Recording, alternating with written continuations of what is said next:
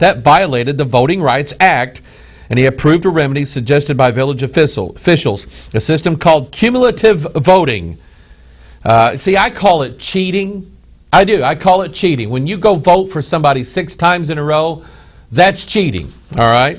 In which residents got 6 votes each to apportion as they wish among the candidates who rejected a government proposal to break the village into 6 districts, including one that took in heavily Hispanic areas. They say I call it cheating.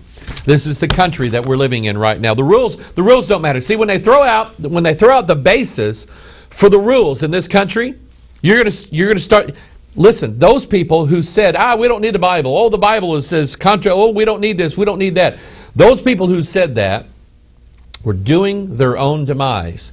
The foundation of the rules and laws that we have in this country is this Bible, this King James Bible right here. See, when you start changing it to the New King James or to the NIV or the Message or any of that other garbage, when you believe that you have a license then to change the very words of God, society at large believes that it has a right to change all the rules that we've been operating by for 200 some odd years in this country. This is where we're at right now. Gulf spill. Obama comes out.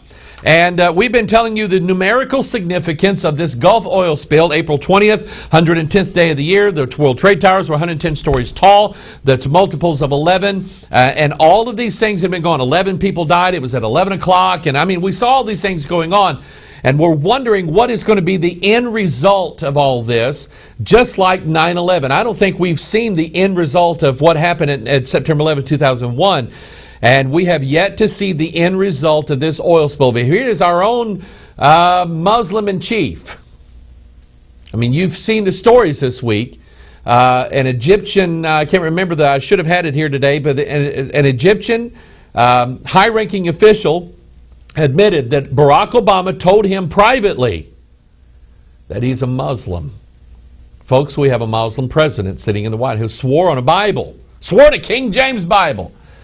I guess it just kind of shows you the person we live in. Anyway, he's coming out. Our Muslim-in-chief is coming out here, and he says, the article says, sounding reflective as he heads into a bruising electoral season, President Barack Obama told political columnist Roger Simon that the Gulf disaster echoes 9/11 because it will change the nation's psyche for years to come. Now, I want to stop right here because that is precisely what events like this, like 9/11, Oklahoma City, the Waco thing, the shooting of JFK, all of these things are intended as a paradigm shift. It's intended, here we are, September 10th, 2001, and some guy in an airport wants to feel in your pockets. You're going, get out of here, and you beat the guy up.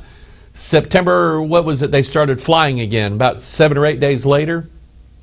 Sure, you can look in my... You want me to take my shoes off? I'll take my shoes off, and I'll do it gladly. I'll smile while I'm doing it. In fact, if you want to take pictures of me naked as I be scanned through the airport, sure, go ahead. Why not? A paradigm shift took place September 11, 2001. Another one is, and this is a slower process, but a paradigm shift is taking place right now in the United States of America and probably all over the world as a result of this thing. I'm hearing stories, some I believe, some that I don't. I'm not sure if I believe them yet or not. Some of them I just absolutely don't believe. So many things are being written about this. So many things are being blogged and YouTubed and different things like that. But I will tell you that something is up with this oil spill. And I will also tell you that there have been probably better efforts were wanted to be made, if I said that right. Some were wanting to make really good efforts at stopping the spill, absorbing the spill, cleaning up the spill. The governor of Louisiana, he had barges going back and forth, skimming the ocean, sucking up the oil. The Coast Guard said, park it. Make them sit over there. With no explanation whatsoever. Something's not right here. And yet we have a company that's flying over all of these oil-spilled areas, spraying this, God knows what chemical it is. And I found out something.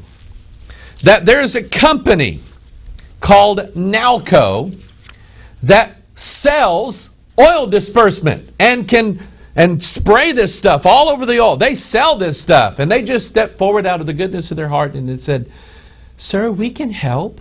We know how to do this. We have like this stuff that will mop all of that stuff up. Nalco is headquartered, it's a global company, but it's headquartered in Chicago, Illinois. Who's from? Barack Obama's from Chicago, Illinois. Maybe they just were buddies. Maybe they just met each other in a cab one day. I don't really believe that. So here's a company called Nalco that is probably raking in billions and billions of dollars on selling this oil dispersant chemical that, I mean, who knows what it is. It's kind of like that free undercoating you get, you know, when you buy a new car, they say it's free undercoating. Who knows what that stuff is? I don't know what it is. But anyway, what got me curious about Nalco is I want you to look at their logo. Okay? That is the as above, so below sign. Now, you can say, well, you know, maybe that's just something, you know, that happened. Okay. Well, take a look at this from Nalco. This is from their website. Nalco launches new brand initiative. Remember, everybody's changing their branding, and everybody's changing their logos, and everybody's changing their slogans, and everybody's changing this. Change is not only in the air, it's in the shampoo, and it's in the soap, and it's in the baby food jar. I mean, change is everywhere. So here Nalco launches new brand initiative. And I want you to notice there on the bottom, they have the symbols of water, fire, air, and earth. The four elements. Part of elemental magic.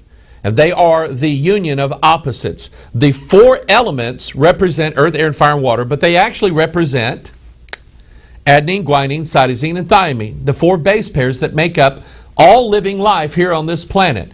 But there's something more than that, because the four elements have something else added to them. It's the spirit. It's called ether. And this all goes back to this whole concept of Daniel chapter 2. They shall mingle themselves with what? The adenine, the guanine, the cytosine, and thymine, the four elements of every living thing on this planet. They shall mingle themselves with the seed of men. And they just happen, this company just happens to be on the forefront here, linked with Barack Obama, and some say even George Soros and some of these other billionaire ilks that are out in the world. And all of a sudden they just have this branding that is the four elements and the fusion of things that are opposite, as above, so below. Listen, folks, something is going on in this world. And I'm not one of these saying, oh my goodness, the rapture is going to happen tomorrow. Okay, but I will tell you that the days are drawing very near, my friend. We need to be awake. We need to be ready, because there is a takeover of the old world of a new world order.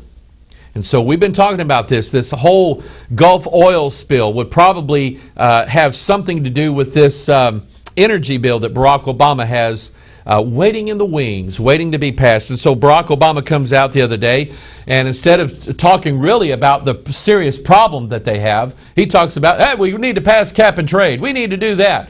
Cap and trade, even if it's passed tomorrow, will not mop up 1 ounce of oil from anywhere that it's spilled. It won't work, but that's what he's pushing. So here's this story. Gerald Warner says Barack Obama turns the oil spill into his poor man's 9/11 to revive cap and trade climate legislation. He starts out, you never let a serious crisis go to waste. Rahm Emanuel, Barack Obama's chief of staff, famously remarked, and what I mean by that is it's an opportunity to do things you think you could not do before.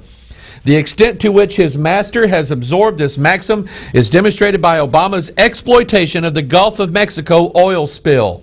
His agenda to exaggerate the significance of the oil spill crisis to massive proportions for two reasons. The first is that the more Americans can be persuaded to regard the accident as a monumental historic disaster, the less his patent impotence in the face of it will appear blameworthy. His second reason is that, in accordance with the Emmanuel Doctrine, he sees this as an opportunity to breathe new life into his moribund cap-and-trade climate change legislation. The House of Reps narrowly passed the climate change bill last year, but it was stalled in the Senate. Last month, in the wake of the BP oil rig explosion, Senators John Kerry and Joe Lieberman introduced a compromise bill in the Senate to which Obama is desperate to give a fair wind. He's trying to whip up a green frenzy to persuade Americans of the evil of oil. Yet, ironically, as Senate Minority Leader Mitch McConnell reminded his colleagues last week, it's been widely reported that a